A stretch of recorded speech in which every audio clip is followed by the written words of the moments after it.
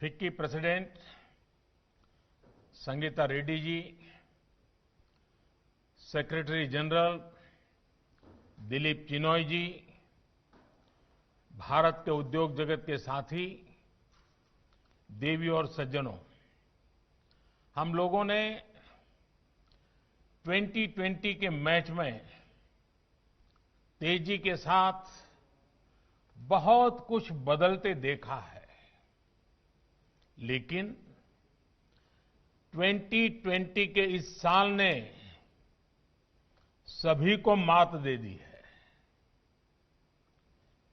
इतने उतार चढ़ाव से देश गुजरा है, पूरी दुनिया गुजरी है कि कुछ वर्षों बाद जब हम कोरोना काल को याद करेंगे तो शायद यकीन ही नहीं आएगा। लेकिन इससे भी सबसे अच्छी बात रही है, जितनी तेजी से हालत बिगड़े उतनी ही तेजी के साथ सुधर भी रहे हैं। फरवरी मार्च में जब पैंडेमिक का ये दौर शुरू हुआ था तो हम एक अननोन दुश्मन से लड़ रहे थे। बहुत सी अनिश्चितताएं थी। प्रोडक्शन हो, लॉजिस्टिक्स हो, इकोनॉमी का रिवाइवल हो, अनगिनत विषय थे और सवाल यही था, कब तक ऐसा चलेगा। हर एक के मन में यही सवाल था, कैसे सब ठीक होगा। इन्हीं सवालों, चुनौतियों, चिंताओं उससे दुनिया का हर मानव उसी में फंसा पड़ा था। लेकिन आज दिसंबर आते आते स्थिति बहुत बदली हुई नजर आ रही है। हमारे पास जवाब भी है और रोड मैप भी है। आज जो इकोनॉमी के इंडिकेटर्स हैं वो उत्साह बढ़ाने वाले हैं, हौसला बढ़ाने वाले हैं। संकट के समय देश ने जो सीखा है उसने भविष्य के संकल्पों को और दृढ़ किया है। और निश्चित तौर पर इसका बहुत बड़ा श्रेय भारत के एंटरप्रेन्योर्स को जाता है, भारत की युवा पीढ़ी को जाता है, भारत के किसानों को जाता है, आप सभी उद्यमियों को, सभी देशवासियों को जाता है। साथियों, हमेशा से ग्लोबल पैंडेमिक के साथ एक इतिहास, एक सबक जुड़ा रहा है। जो देश ऐसी महामारी के समय अपने ज्यादा से ज्यादा नागरिकों को बचा ले जाता है, उस देश की बाकी सारी व्यवस्थाएं उतनी ही तेजी के साथ रिबाउंड करने की ताकत रखती है।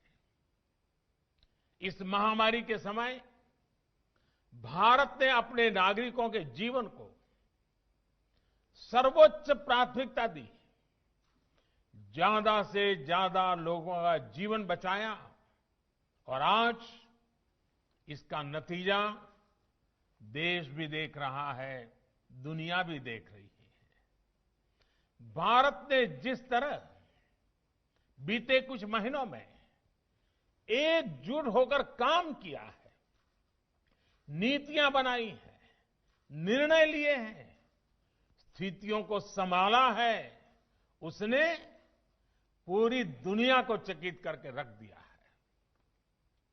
बीते 6 वर्षों में दुनिया का जो विश्वास भारत पर बना था, वो बीते महीनों में और मजबूत हुआ है। एफडीआई हो या एफपीआई, विदेशी निवेशकों ने रिकॉर्ड इन्वेस्टमेंट भारत में किया है और निरंतर कर रहे हैं। साथियों, आज देश का प्रत्येक नागरिक आत्मनिर्भर भारत अभियान को सफल बनाने के लिए प्रतिबद्ध है। लोकल के लिए वोकल होकर काम कर रहा है। ये एक जीवंत उदाहरण है कि देश को अपने प्राइवेट सेक्टर के सामर्थ्य पर कितना विश्वास है। भारत का प्राइवेट सेक्टर न सिर्फ हमारी डोमेस्टिक नीड्स को पूरा कर सकता है, लेकिन ग्लोबली भी अपनी पहचान उसको और मजबूती से स्थापित कर सकता है। साथियों, आत्मनिर्भर भारत अभियान भारत में क्वालिटी प्रोडक्ट्स बनाने और भारतीय इंडस्ट्री को और ज्यादा कॉम्पिटिटिव बनाने का भी माध्यम है। और 2014 में पहली बार जब लाल किले से मुझे बोलने का मौका मिला था, तब मैंने एक बात कही थी कि हमारा लक्ष्य रहना चाहिए जीरो डिफेक्ट, जीरो इफेक्ट। साथियों, अनुभव रहा है कि पहले के समय की नीतियों ने कई क्षेत्रों में इनएफिशिएंसी को संरक्षण दिया है, नए प्रयोग करने से रोका है, जबकि आत्मनिर्भर भारत अभियान हर क्षेत्र में एफिशिएंसी को बढ़ावा देता है। ऐसे सेक्टर्स जिसमें भारत के पास लॉन्ग टर्म कॉम्पिटिटिव एडवांटेज है, उनमें सनराइज और टेक्नोलॉजी बेस्ड इंडस्ट्रीज को नई ऊर्जा देने पर ज्यादा बल दिया जा रहा है। हम चाहते हैं कि हमारी ये इन्फेंट इंडस्ट्रीज भी भविष्य में और अधिक स्ट्रांग और इंडिपेंडेंट बने। इसलिए आपने देखा होगा, एक और अहम कदम उठाया गया है। देश में प्रोडक्शन लिंक इंसेंटिव स्कीम शुरू की गई है। ये स्कीम उन उद्योगों के लिए है जिनमें भारत ग्लोबल चैंपियन बनने की क्षमता रखता है। जो परफॉर्म करेगा, जो एफिशिएंसी से काम करेगा, जो अपने सेक्टर में देश को आत्मनिर्भर बनाएगा, वो इंसेंटिव का भी हकदार होगा। साथियों, जीवन हो या गवर्नेंस, हम एक पैराडॉक्स अक्सर देखते हैं। जो कॉन्फिडेंट होता है वो दूसरों को जगह देने में हिचकिचाता नहीं है, लेकिन जो दुर्बल मन का होता है, इनसिक्योर होता है, वो अपने आसपास के लोगों को भी अवसर देने से डरता है। अक्सर सरकारों को लेकर भी ऐसा ही होता है। जनता जनार्दन के भारी समर्थन और विश्वास से बनी सरकार का अपना ही कॉन्फिडेंस होता है और उतना ही डेडिकेशन भी होता है। और तभी तो सबका साथ, सबका विकास, सबका विश्वास, इस मंत्र को चरितार्थ करने के लिए जी जान से सरकार जुटी रहती है। सरकार जितनी निर्णायक होती है, वो दूसरों के लिए अड़चनों को उतना ही कम करती है। एक निर्णायक सरकार की हमेशा कोशिश होती है कि वो समाज के लिए, राष्ट्र के लिए ज्यादा से ज्यादा कंट्रीब्यूट करे। एक निर्णायक और आत्मविश्वास से भरी सरकार ये भी नहीं चाहती कि सारा कंट्रोल अपने पास रखे, दूसरों को कुछ करने ही न दे। पहले के दौर में सरकारों की इस सोच के आप सभी साक्षी भी हैं और देश उसका शिकार भी रहा है। सोच क्या थी? सब कुछ सरकार करेगी। घड़ी बनानी हो तो सरकार बनाती थी, स्कूटर बनाना हो सरकार बनाती थी, टीवी बनाना ना हो तो सरकार बना रही थी, यहां तक कि ब्रेड और केक भी सरकार ही बनाती थी। हमने देखा है इस अप्रोच ने कितनी दुर्दशा की है। इससे अलग एक दूरदर्शी और निर्णायक सरकार हर स्टेक होल्डर को प्रोत्साहित करती है ताकि वो अपनी क्षमताओं का पूरा उपयोग कर सके। साथियों, पिछले 6 वर्षों में भारत ने भी ऐसी ही सरकार देखी है जो सिर्फ और सिर्फ 130 करोड़ देशवासियों के सपनों को समर्पित है, जो हर स्तर पर देशवासियों को आगे लेने के लिए काम कर रही है। भारत में आज हर क्षेत्र में हर स्टेक होल्डर की भागीदारी बढ़ाने के लिए काम हो रहा है। इसी सोच के साथ मैन्युफैक्चरिंग से एमएसएमई तक, एग्रीकल्चर से लेकर इंफ्रास्ट्रक्चर तक, टेक इंडस्ट्री से टैक्सेशन तक, रियल एस्टेट से रेगुलेटरी ईजिंग तक चौतरफा रिफॉर्म किए गए हैं। आज भारत में कॉरपोरेट टैक्स दुनिया में सबसे कॉम्पिटिटिव है। आज भारत दुनिया के उन कुछ देशों में शामिल है जहां फेसलेस असेसमेंट और फेसलेस अपील की सुविधा है। इंस्पेक्टर राज और टैक्स टेररिज्म के दौर के पीछे छोड़कर भारत अपने देश के उद्यमियों के सामर्थ्य पर भरोसा करते हुए आगे बढ़ रहा है।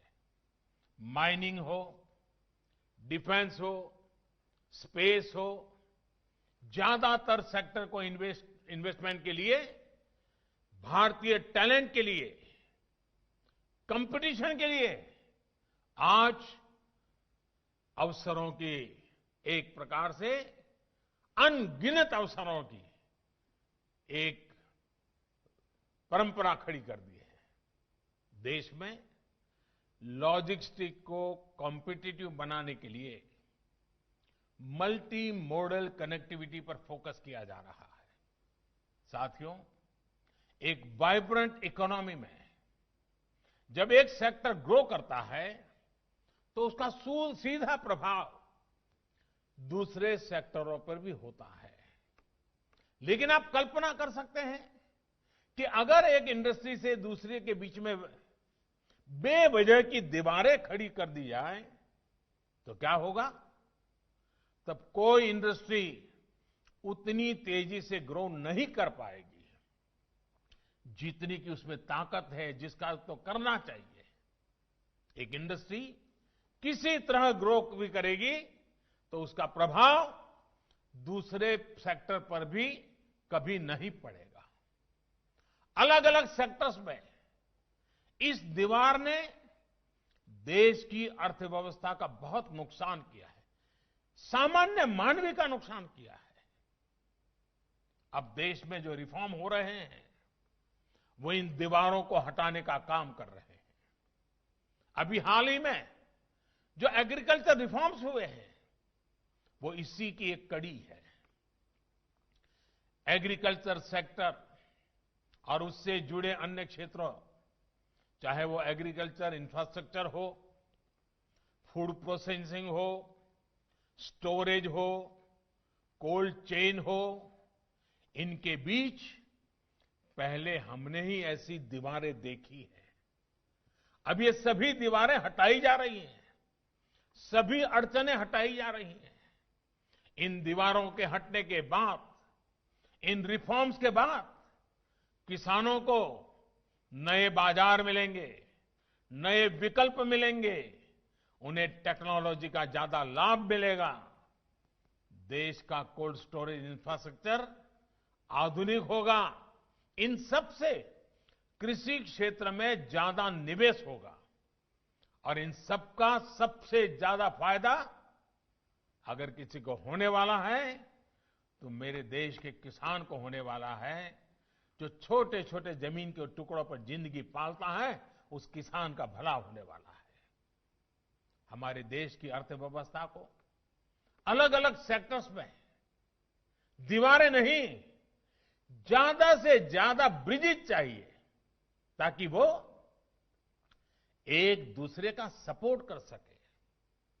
साथियों, बीते वर्षों में इन दीवारों को तोड़ने के लिए कैसे एक प्लान और इंटीग्रेटेड अप्रोच के साथ रिफॉर्म किए गए हैं, इसका एक बेहतरीन उदाहरण है। देश के करोड़ों लोगों का फाइनेंशियल इंक्लूजन अब हम बैंकिंग इंक्लूजन के से मोस्ट इंक्लूसिव देशों में शामिल हो गए हैं।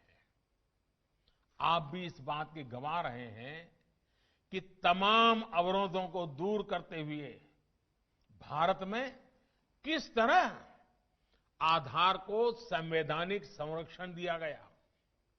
हमने अनबैंक को बैंकों से जोड़ा, सस्ता मोबाइल डेटा, सस्ते फोन उपलब्ध कराकर गरीब से गरीब को कनेक्ट किया। तब जाकर जनधन खाते, आधार और मोबाइल JAM की ट्रिनिटी देश को प्राप्त हुई। साथियों, आज दुनिया का सबसे बड़ा डायरेक्ट बेनिफिट ट्रांसफर सिस्टम देश में काम कर रहा है। DBT देश में काम कर रहा है। अभी आपने भी एक इंटरनेशनल जर्नल की वो रिपोर्ट पढ़ी होगी जिसमें भारत में बनाई गई इस व्यवस्था की भूरी भूरी प्रशंसा की गई है। कोरोना के समय में जब अनेक देशों को अपने नागरिकों तक सीधे पैसे भेजने में दिक्कत आ रही थी, वो चेक और डाक विभाग पर निर्भर थे। भारत सिर्फ एक क्लिक कर से हजारों करोड़ रुपए कोटि कोटि नागरिकों के बैंक खातों में ट्रांसफर कर रहा था, पल भर में। वो भी तब जब बैंक बंद थे, देश में लॉकडाउन था। अंतर्राष्ट्रीय जगत के बड़े बड़े जानकार अब ये कह रहे हैं कि भारत के इस मॉडल से दूसरे देशों को भी सीखना चाहिए। ये पढ़कर, ये सुनकर किसे गर्व नहीं होगा। साथियों, एक समय था जब कुछ लोग ये सवाल उठाते थे कि अशिक्षा और गरीबी भरे माहौल में भारत कैसे टेक्नोलॉजी को अपने सामान्य नागरिकों तक पहुंच पाएगा। लेकिन भारत ने ये करके दिखाया है और बहुत सफलता के साथ करके दिखाया है, दिखाता रहेगा। आज अकेले UPI प्लेटफॉर्म पर ही हर महीने करीब करीब 4 लाख करोड़ रुपए का ट्रांजैक्शन हो रहा है। 4 लाख करोड़ रुपए का ट्रांजैक्शन, और हर महीने नए रिकॉर्ड बन रहे हैं। आज गांव देहात में भी छोटे छोटे रेहड़ी ठेलों पर भी आज डिजिटल पेमेंट संभव हो रहा है। भारत के उद्योग जगत को देश की इस ताकत को समझते हुए आगे बढ़ना है। साथियों, हम जैसा गांव और छोटे शहरों का माहौल टीवी या फिल्मों में देखते हुए बड़े हुए हैं, उससे इनके बारे में एक अलग धारणा बनना स्वाभाविक है। शहरों और गांवों के बीच फिजिकल दूरी कभी उतनी नहीं रही जितनी दूरी पर्सपेक्टिव को लेकर रही है। कुछ लोगों के लिए गांव का मतलब ऐसी जगह रहा है जहां आना जाना मुश्किल हो, जहां बहुत कम सुविधाएं हो, बहुत कम विकास हुआ हो, पिछड़ापन ही पिछड़ापन पड़ा हुआ है। लेकिन अगर आप आज रूरल या सेमी रूरल इलाकों में जाएंगे तो आपको एकदम अलग दृश्य मिलेगा। एक नई आशा, नया विश्वास आपको नजर आएगा। आज का ग्रामीण भारत बहुत बड़े बदलाव के दौर से गुजर रहा है। क्या आप जानते हैं कि रूरल इंडिया में एक्टिव इंटरनेट यूजर्स की संख्या शहरों से ज्यादा हो चुकी है? क्या आप जानते हैं कि भारत के आधे से ज्यादा स्टार्टअप्स हमारे टियर 2, टियर 3 शहरों में हैं? प्रधानमंत्री ग्रामीण सड़क योजना से देश की लगभग 98% बस्तियां सड़कों से जुड़ चुकी है। कहने का मतलब ये कि गांव के लोग अब बाजार, स्कूल, अस्पताल और दूसरी सुविधाओं से तेजी से जुड़ रहे हैं। गांव में रहने वालों की आकांक्षा बढ़ रही है। वो सोशियो इकोनॉमिक मोबिलिटी चाहते हैं। सरकार अपनी तरफ से इन्हीं आकांक्षाओं की पूर्ति करने में जुटी है। अब जैसे हाल में लॉन्च की गई पीएम वाणी योजना, उस पीएम वाणी योजना को ले लीजिए। इस योजना के तहत देश भर में सार्वजनिक वाईफाई हॉटस्पॉट का नेटवर्क तैयार किया जाएगा।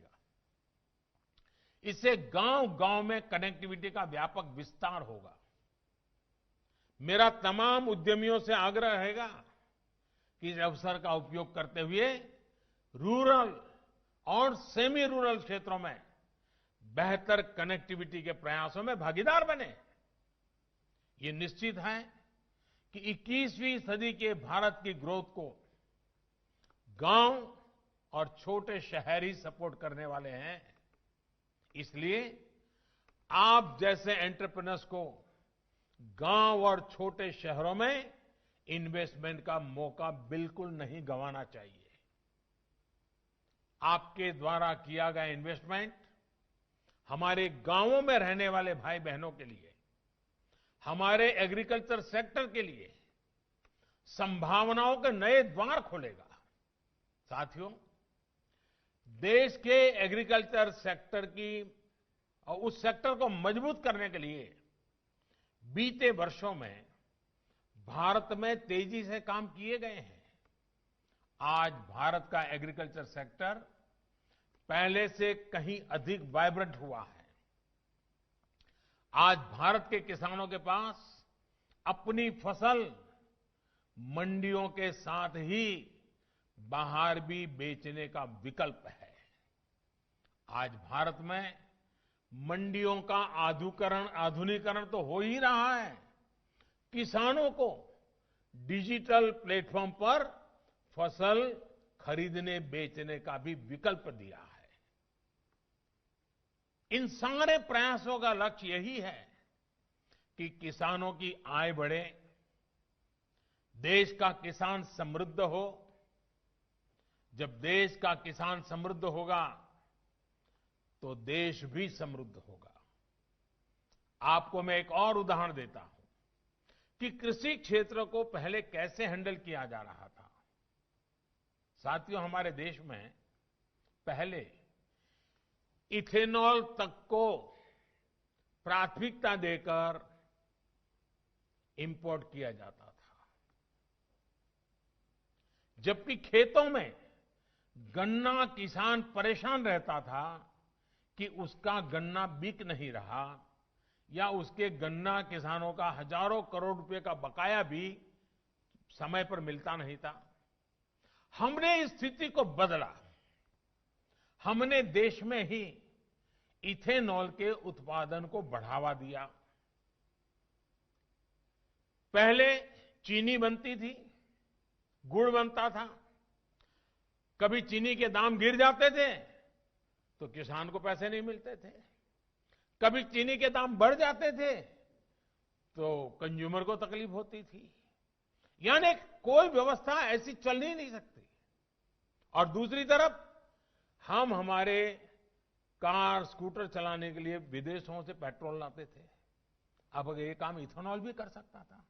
अब देश में पेट्रोल में 10% तक इथेनॉल की ब्लेंडिंग करने की तरफ बढ़ रहा है। सोचिए, इससे कितना बड़ा बदलाव आने वाला है। इससे गन्ना किसानों की आमदनी तो बढ़ेगी ही, रोजगार के भी नए अवसर मिलेंगे। साथियों, आज जब मैं उद्योग जगत के वरिष्ठ लोगों के बीच हूं तो इस बात को भी खुलकर कहूंगा कि जितना हमारे देश में एग्रीकल्चर पर प्राइवेट सेक्टर द्वारा निवेश किया जाना चाहिए था, दुर्भाग्य से उतना नहीं हुआ। इस सेक्टर को प्राइवेट सेक्टर द्वारा उतना एक्सप्लोर ही नहीं किया गया। हमारे यहां कोल्ड स्टोरेज की समस्याएं रही है। बिना प्राइवेट सेक्टर के सपोर्ट के सप्लाई चेन बहुत सीमित दायरे में काम करती रही है। फर्टिलाइजर की किल्लत होते आपने भी देखा है। इसका कितना इंपोर्ट भारत करता है, आप भी जानते हैं। एग्रीकल्चर सेक्टर की ऐसी कितनी ही चुनौतियों के समाधान के लिए केंद्र सरकार निरंतर काम कर रही है। लेकिन इसमें आपके इंटरेस्ट और आपके इन्वेस्टमेंट दोनों की आवश्यकता है। मैं मानता हूं कि एग्रीकल्चर से जुड़ी कई कंपनियां अच्छा काम कर रही हैं, लेकिन सिर्फ उतना ही काफी नहीं है।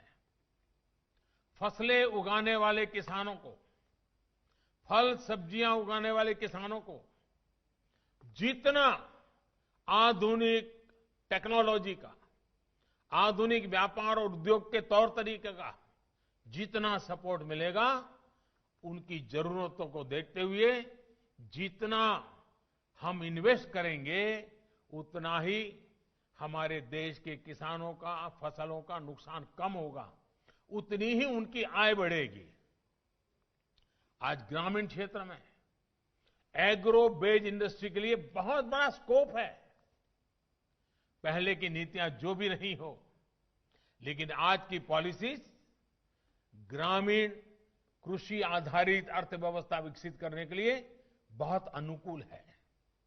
नीति से और नियत से सरकार पूरी तरह किसानों का हित करने के लिए प्रतिबद्ध है।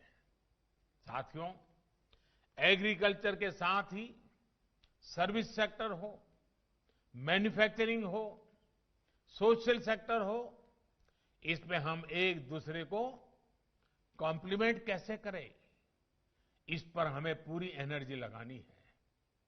फिक्की जैसे संगठनों को इसमें ब्रिज भी बनना है और इंस्पिरेशन भी बनना है। एमएसएमईज को सरकार ने ताकत दी है, आप इस ताकत को मल्टीप्लाई कर सकते हैं।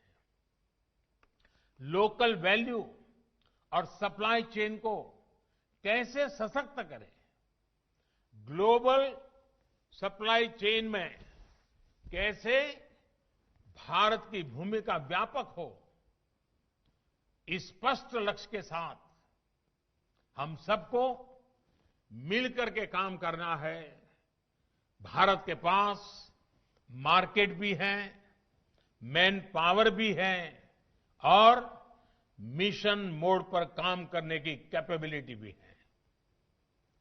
पैंडेमिक के इस दौर में भी हमने देखा है कि आत्मनिर्भरता की तरफ बढ़ना भारत का हर कदम कैसे पूरी दुनिया को लाभ देता है। हमारे फार्मा सेक्टर ने मुश्किल समय में भी ग्लोबल सप्लाई चेन को प्रभावित नहीं होने दिया। अब जब भारत वैक्सीन मैन्युफैक्चरिंग के मामले में आगे बढ़ रहा है, तो इससे भारत के करोड़ों जीवन को तो लाभ, सुरक्षा कवच मिलेगा ही, दुनिया के अनेक देशों में भी नई उम्मीद जगी है। साथियों, हम लोग एक मंत्र से सब परिचित है और वो हमारे जीवन के लिए आवश्यक भी है। हमारे यहां कहा गया है, तन्मे मनः शिव संकल्पमस्तु, यानी मेरा मन उत्तम संकल्पों वाला हो। इसी भाव से हमें आगे बढ़ना है। देश के लक्ष्य, देश के संकल्प, देश की नीतियां स्पष्ट हैं। इंफ्रास्ट्रक्चर हो या पॉलिसी रिफॉर्म को लेकर भारत के इरादे पक्के हैं। महामारी के रूप में जो भी स्पिरिट लेकर आया था, अब हम उसे आगे निकल रहे हैं। हम नए विश्वास के साथ हम सभी को पहले से अधिक मेहनत करनी है। विश्वास और आत्मविश्वास भरे इस माहौल के साथ ही हमें अब नए दशक में आगे चलना है। वर्ष 2022 में देश अपनी स्वतंत्रता के 75 वर्ष का पर्व मनाएगा। आजादी के आंदोलन से लेकर आज तक फिक्की की भी देश की विकास यात्रा में बड़ी भूमिका रही है। फिक्की के भी 100 वर्ष बहुत दूर नहीं है। इस महत्वपूर्ण पड़ाव पर आपको राष्ट्र निर्माण की अपनी भूमिका को और विस्तार देना है और व्यापक बनाना है। आपके प्रयास आत्मनिर्भर भारत के अभियान को और गति देंगे। आपके प्रयास लोकल के लिए वोकल के मंत्र को पूरी दुनिया तक पहुंचाएंगे। आखिर में मैं डॉक्टर संगीता रेड्डी जी को प्रेसिडेंट के रूप में एक बेहतरीन कार्यकाल के लिए बहुत बहुत बधाई देता हूं। साथ ही भाई उदय शंकर जी को भविष्य के लिए बहुत बहुत शुभकामनाएं देता हूं।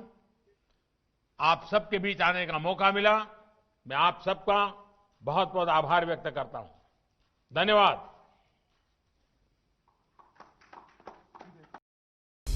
दोस्तों, कभी सोचा है कि आप, मैं और हम सब लोग बिना रुके, बिना थके, दिन रात इतनी मेहनत क्यों करते हैं? अब यूं ही तो नहीं करते। क्यों? प्रॉफिट, मुनाफा, बस यही एक मकसद होता है हर बिजनेस का। और ठीक यही वजह है कि 20,000 से भी ज्यादा कस्टमर्स के पास कोई मामूली ट्रक नहीं, बल्कि महिंद्रा के प्रॉफिट ट्रक्स हैं। पेश है ट्रकों के बादशाह, पावरफुल, मजबूत और भरोसेमंद महिंद्रा की heavy duty series, Mahindra Supro mini truck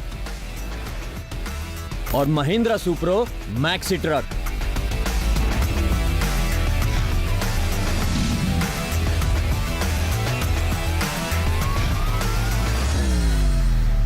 अपने नए अवतार में इन प्रॉफिट ट्रक्स में लगे हैं ज्यादा मसल पावर वाले heavy duty rigid front suspensions, जिन्हें लीफ स्प्रिंग कहते हैं। सुप्रो मैक्सी ट्रक में लगे हैं 8 सामने और 6 पीछे,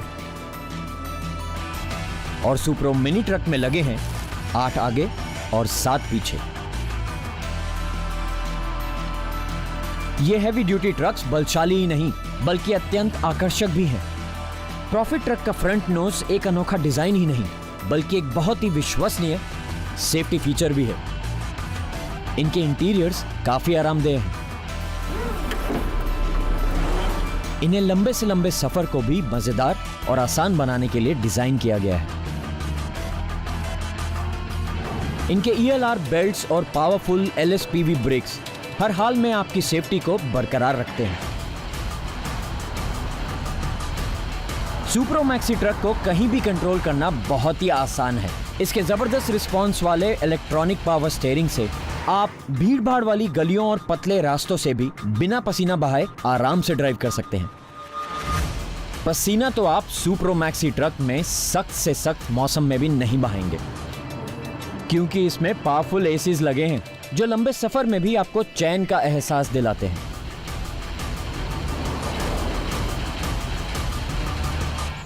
इन महिंद्रा हेवी ड्यूटी सीरीज की जान है जबरदस्त परफॉर्मेंस और कम मेंटेनेंस वाले DI engines. Mahindra Supro mini truck का ये इंजन बेहतर 26 HP पावर जनरेट करता है और मैक्सी ट्रक में ये 45 HP पावर जनरेट करता है। किसी ऊंचे पहाड़ पर एकदम भारी लोड को बड़ी आसानी से कैरी करने के लिए इतना पावर काफी होता है। महिंद्रा सुप्रो मैक्सी ट्रक की 80 किलोमीटर प्रति घंटा और मिनी ट्रक की 70 किलोमीटर प्रति घंटा की सुपर स्पीड आपको आपकी मंजिल तक चुटकियों में पहुंचाती है। ये सुपर पावरफुल इंजन आपको तेज पिकअप और ज्यादा टॉप स्पीड दिलाता है, इसीलिए दूसरे ट्रक्स के मुकाबले आप ज्यादा ट्रिप्स लगा पाते हैं। इसी वजह से ये प्रॉफिट ट्रक्स कहलाते हैं।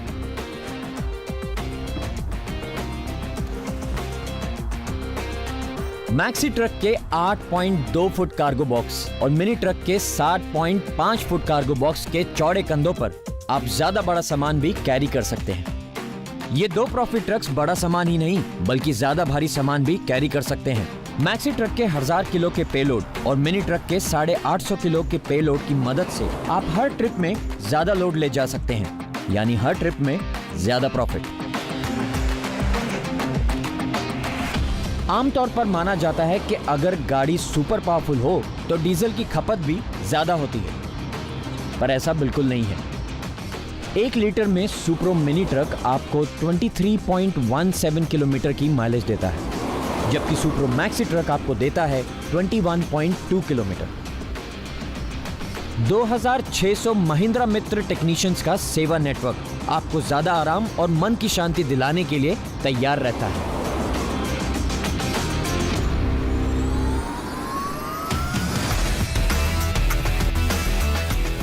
सुप्रो की नई हैवी ड्यूटी सीरीज 1 लाख रुपए से भी ज्यादा प्रॉफिट कमाने का मौका देती है। आप भी हमारे 20,000 संतुष्ट महिंद्रा सुप्रो प्रॉफिट ट्रक परिवार का हिस्सा बन सकते हैं। आज ही नया हैवी ड्यूटी सीरीज वाला सुप्रो प्रॉफिट ट्रक बुक कीजिए और ज्यादा प्रॉफिट कमाइए।